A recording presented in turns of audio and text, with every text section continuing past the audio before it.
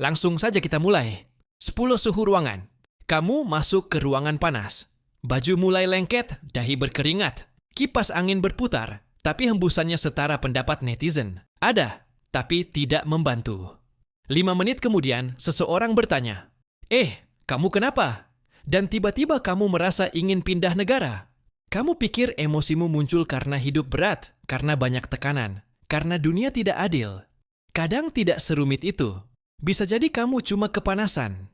Penelitian menunjukkan suhu tinggi bisa meningkatkan rasa frustrasi, menurunkan kesabaran, dan membuat orang lebih mudah tersinggung.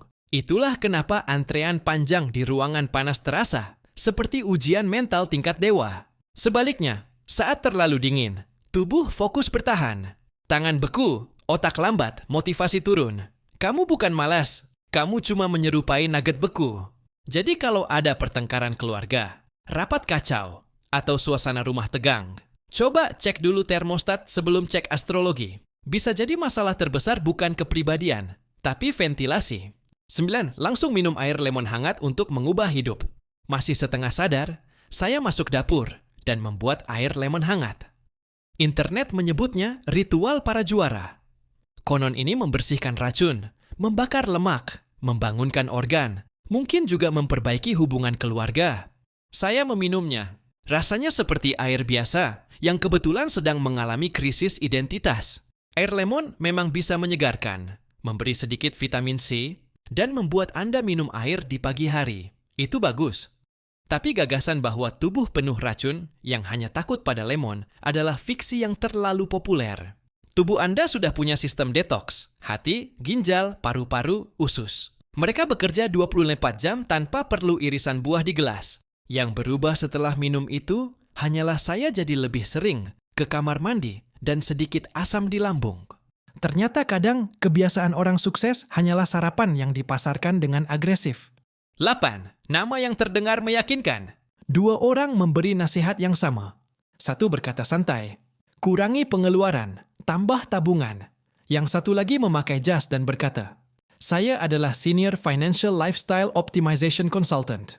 Anehnya, banyak orang langsung percaya yang kedua. Manusia punya kelemahan klasik. Kita gampang tunduk pada kemasan. Nama keren, jabatan panjang, istilah rumit, nada suara yakin.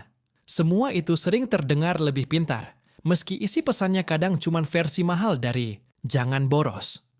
Ini disebut authority bias. Kita cenderung menganggap seseorang benar hanya karena terlihat berwenang. Makanya kadang orang menang debat bukan karena argumennya kuat, tapi karena dia memakai pointer dan bicara sambil mengangguk sendiri. Pelajaran pentingnya, jangan langsung kagum pada istilah mewah. Kadang, strategic hydration specialist itu cuma orang yang menyuruhmu minum air putih. 7. Musik latar. Kamu masuk toko hanya untuk membeli sabun.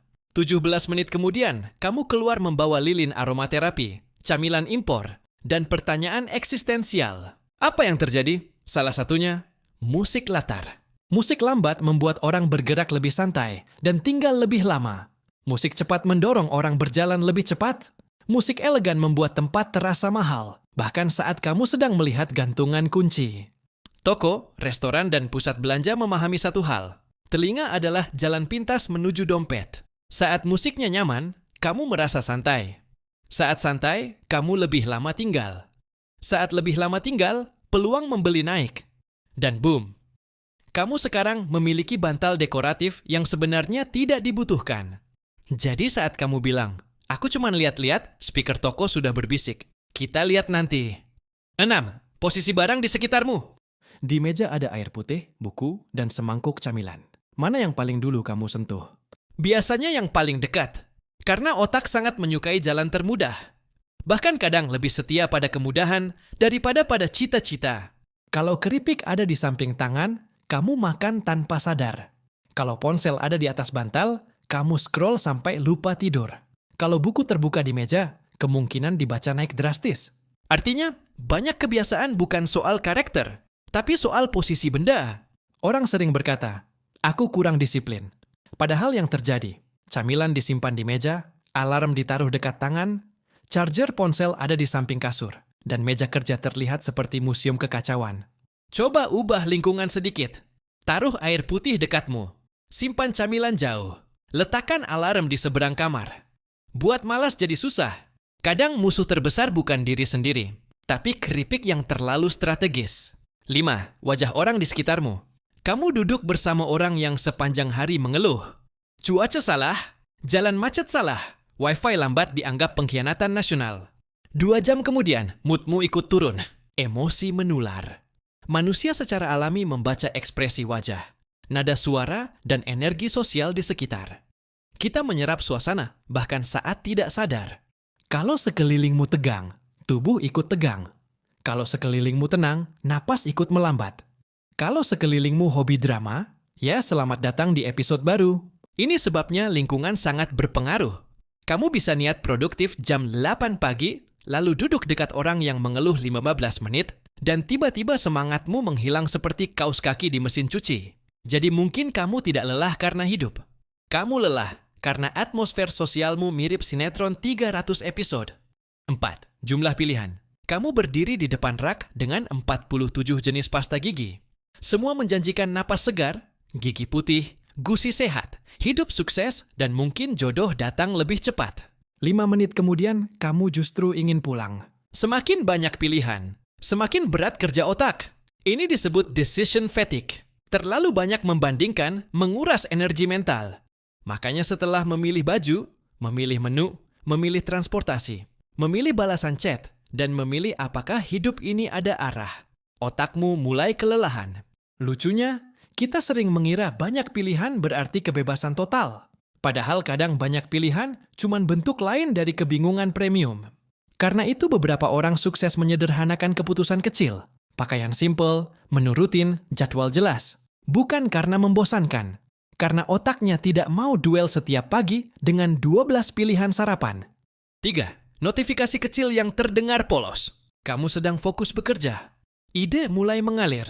Konsentrasi sempurna. Lalu terdengar suara kecil. Ting. Selesai sudah. Walau tidak dibuka, notifikasi tetap menarik perhatian. Otak langsung penasaran. Siapa? Apa? Penting? Lucu? Diskon? Gosip? Satu suara kecil bisa memotong fokus dan membuatmu pindah ke ponsel. Cuma sebentar. Lalu sadar-sadar sudah 28 menit menonton video orang membersihkan karpet. Itu karena otak menyukai hal baru dan tidak pasti. Notifikasi terasa seperti hadiah misterius. Bisa penting, bisa menyenangkan, bisa juga cuma promo yang menyebutmu bestie. Teknologi tidak selalu mencuri waktu dengan paksa. Kadang cukup dengan bunyi sopan dan getaran kecil yang sangat manipulatif. 2. Cerita yang kamu ulang tentang dirimu sendiri. Setiap hari kamu berkata, aku memang malas, aku selalu gagal, aku orangnya begini. Lama-lama otak percaya itu sebagai identitas, bukan komentar sementara. Cara kamu bicara tentang diri sendiri mempengaruhi tindakanmu. Kalau kamu yakin dirimu gagal, kamu cenderung cepat menyerah. Kalau kamu yakin dirimu tidak disiplin, kamu berhenti mencoba sistem baru. Cerita internal itu seperti naskah. Dan tanpa sadar, kamu mulai memerankan tokoh yang ditulis sendiri. Sebaliknya, kalimat seperti aku sedang belajar, aku belum bisa, atau aku bisa membaik pelan-pelan, memberi ruang perubahan. Bukan sulap motivasi murahan, tapi arah berpikir yang lebih realistis dan membantu. Seringkali penjara paling kuat bukan dinding besi, tapi narasi lama yang diputar terus sampai terdengar seperti fakta. 1. Kebiasaan kecil yang kamu anggap sepele. 2 orang hidupnya hampir sama. Bedanya kecil sekali. 1 bangun tepat waktu, 1 menunda 5 kali. 1 baca 10 menit sehari, 1 scroll 2 jam. 1 jalan kaki sedikit, 1 pindah posisi dari kasur ke sofa, lalu merasa itu olahraga. Setahun kemudian, hidup mereka mulai terlihat berbeda. Hidup jarang dibentuk oleh satu keputusan dramatis sambil menatap hujan dan musik piano. Hidup lebih sering dibentuk oleh kebiasaan kecil yang diulang terus-menerus. Apa yang kamu lakukan saat bosan? Apa yang kamu buka saat bangun? Apa yang kamu makan saat stres? Siapa yang kamu dengar tiap hari? Semua itu tampak sepele, tapi efeknya menumpuk diam-diam. Masalahnya, hal kecil terasa tidak penting karena hasilnya tidak langsung terlihat. 1 hari scroll berlebihan tampak biasa. 1 hari baca buku tampak tidak mengubah apa-apa. Tapi 100 hari? Ceritanya beda. Jadi pengendali terbesar hidupmu mungkin bukan takdir, bukan musuh rahasia, bukan konspirasi dunia, melainkan kebiasaan kecil yang sudah memegang setir sambil bilang, "Tenang, aku tahu jalan." Akan ada lebih banyak video seperti ini, jadi subscribe biar nggak ketinggalan video lainnya.